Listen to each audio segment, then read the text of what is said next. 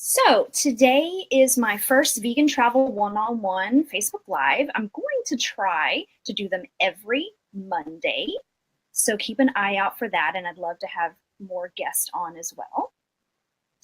We're going to talk about today specifically the pros and cons of solo travel and group travel. So I've been to 40 countries, and most of those I've done solo by myself, but I have done group tours and I've traveled only a few times with another person. So I know that you've probably traveled a lot with your partner, right? Yes. Yeah, so I started out traveling on my own when I first left the US, which was back in 1999, and I went off and did a tour around Europe and then met my husband in Europe. And so that was the next year, that was in 2000 when we met. And so we've been traveling together most of the time ever since then. So I was really, really lucky to find someone who was passionate about travel as much as I am and who liked to travel in the same way that I do, because honestly, that's really rare, and there are not many other people I would want to travel with other than my husband. So yeah, I'm lucky that I have a good partner in crime in that way. But yeah, I did do some solo traveling before that, which, has its benefits, but also has its disadvantages as well. So were you traveling and that's when you met your partner in Europe? Yeah, we met in the Roman Forum in Rome, in Italy. So I was actually working That as is a tour guide. Yeah, it's a very romantic story. because Um, when you start traveling solo, you're single like me, you always have this thought in the back of your head that you're gonna like meet the man of your dreams and da da da. You have done it, so that's some good inspiration for me. It is, absolutely, yes. And I would say that is one of the benefits of solo travel, is that you do have a lot of opportunities to meet people when you're traveling, particularly if you're staying in hostels and things like that. Um, but you can do that on a tour as well. If you happen, to be with a group of people that you gel with really well, or at least one person that you gel with really well. Yeah, so everyone always thinks that it's a really romantic story when we tell them that we met in the Roman Forum. I think probably the biggest, benefit of solo travel is the freedom. So you have the freedom to go wherever you want to, whenever you want to, you're the one who's creating the schedule. And that's really what I see as the main benefit. And then, but that does have its own disadvantages as well, because it comes with that freedom comes a lot of responsibility and a lot of, time consuming things that you have to do in order to prepare and to make that schedule and to make sure that you're seeing all the things that you want to see while you're there. But yeah, I think freedom is probably the biggest benefit of solo travel, and it can be a great opportunity, like I said, to meet people, to meet other travelers. I do think that you tend to be more open to meeting people when you're traveling by yourself, as opposed to if you're traveling in a couple, then you tend to, just talk to your partner who you're with. And so you're not necessarily looking to strike up a conversation with a stranger on a train or things like that. And so you might miss those opportunities for connections with strangers that you're more likely to have if you're there by yourself. I definitely notice that when I'm traveling alone and I'm staying in hostels, like I see people coupled up, and it's usually only the adventurous ones or the older crowd that wants to actually like include other people in their thing. Mm. So I definitely notice that for sure. I meet so many more people and really experience more things when I'm alone because I'm not worried about somebody else's schedule or what they want to do. You only have to focus on what you want to do, and there's no compromise and all that stuff. So, Mm-hmm. Yeah.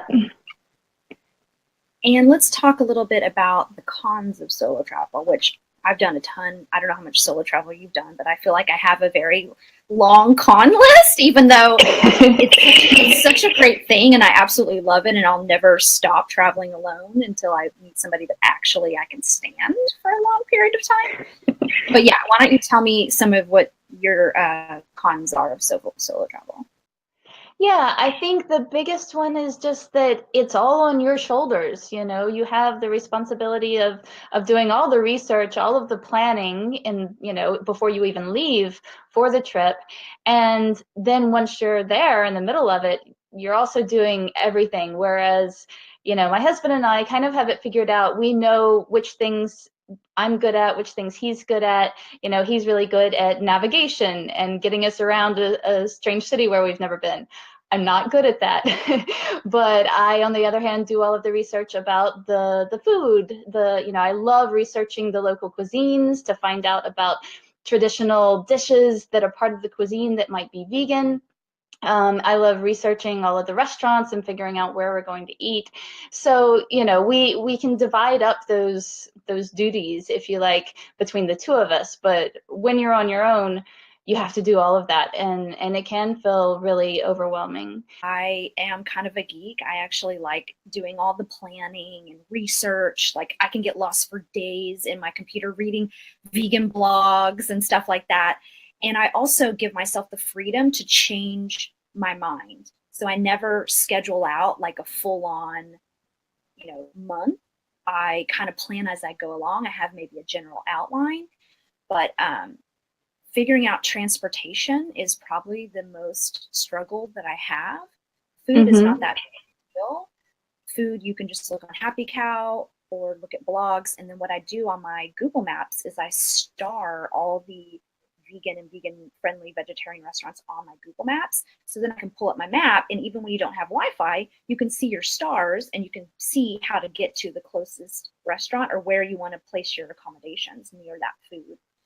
But transportation can be an absolute bitch. I have got on the wrong bus many times, going in the wrong direction.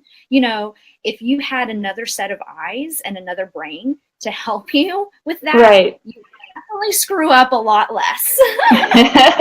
Yeah, I think that's fair to say.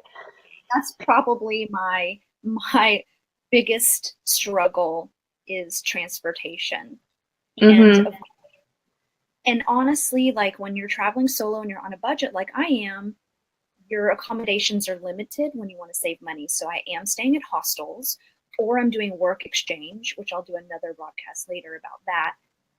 Or I look on Airbnb, and if there is some cheaper accommodations that's maybe $5 more than the hostel, I will totally choose that to have my own room unless I really want to connect with other people. Because sometimes you want to be alone. Sometimes you're like, no, I need entertainment. I need somebody to go out with. I'm super independent. So sometimes I choose Airbnb. So that's kind of easier. You have better accommodation options when you're splitting the cost with someone. Mm. Yeah, that's very true. So that's my other thing is if you are shy or you don't want to stay in a hostel, your accommodations can get more expensive if you're by yourself. Now let's talk about group travel and doing retreats. Why would somebody, Wendy, want to go on a group tour instead of going on their own?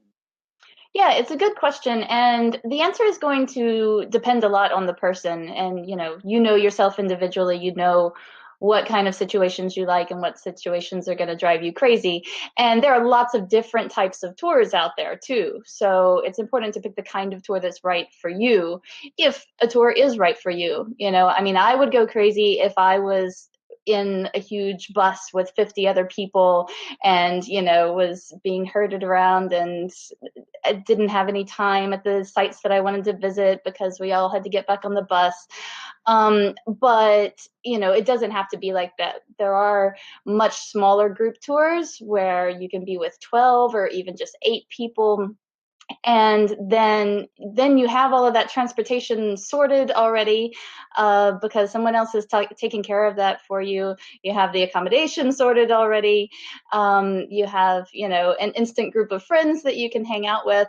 And if it's a kind of tour that's going to attract people like you, for example, if it's a vegan tour or a vegan retreat, then you probably are going to find people that you do connect with, and you can really enjoy the experience much more if you can share it with someone else.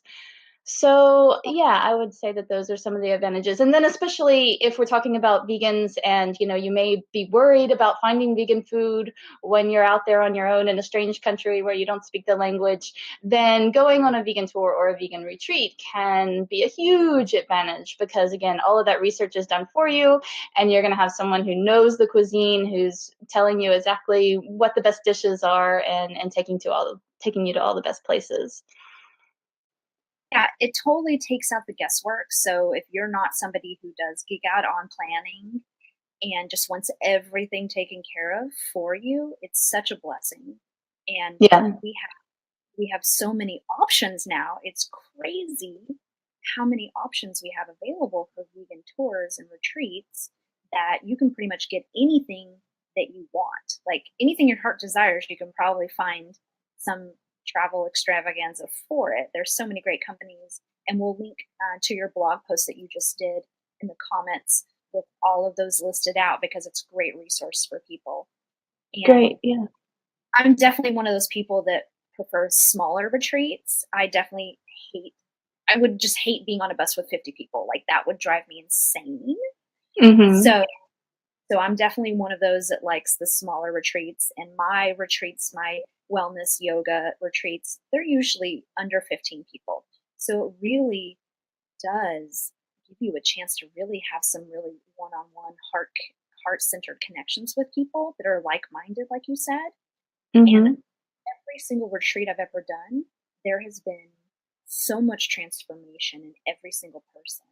Because once you step away from your daily busy life, where you don't have like all these people or your job or your kids, it gives you the space and the mind, the mindset and the mind space to like really look inside, give yourself some time to think about important things that you just miss out on.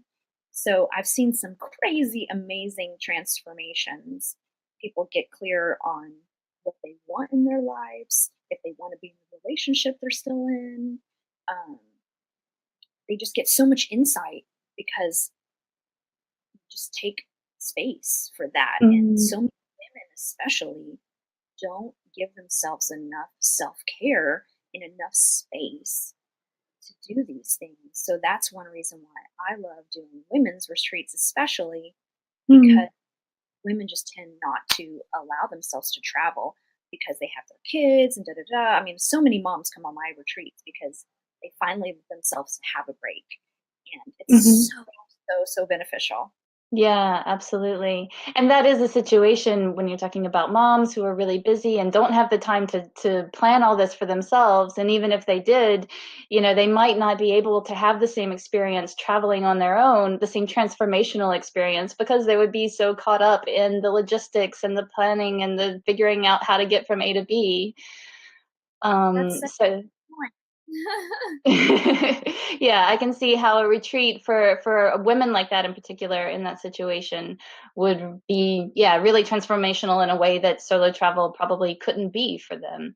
We'll go ahead and end it for now. And if Mm, you're watching the replay of this video, be sure to like, heart, and share it. The more you share it, we love sharing. Sharing is caring. And if you have any questions at all, leave me in the comments and we'll try to get back to you as soon as possible. So thank you, Wendy, for being on with me.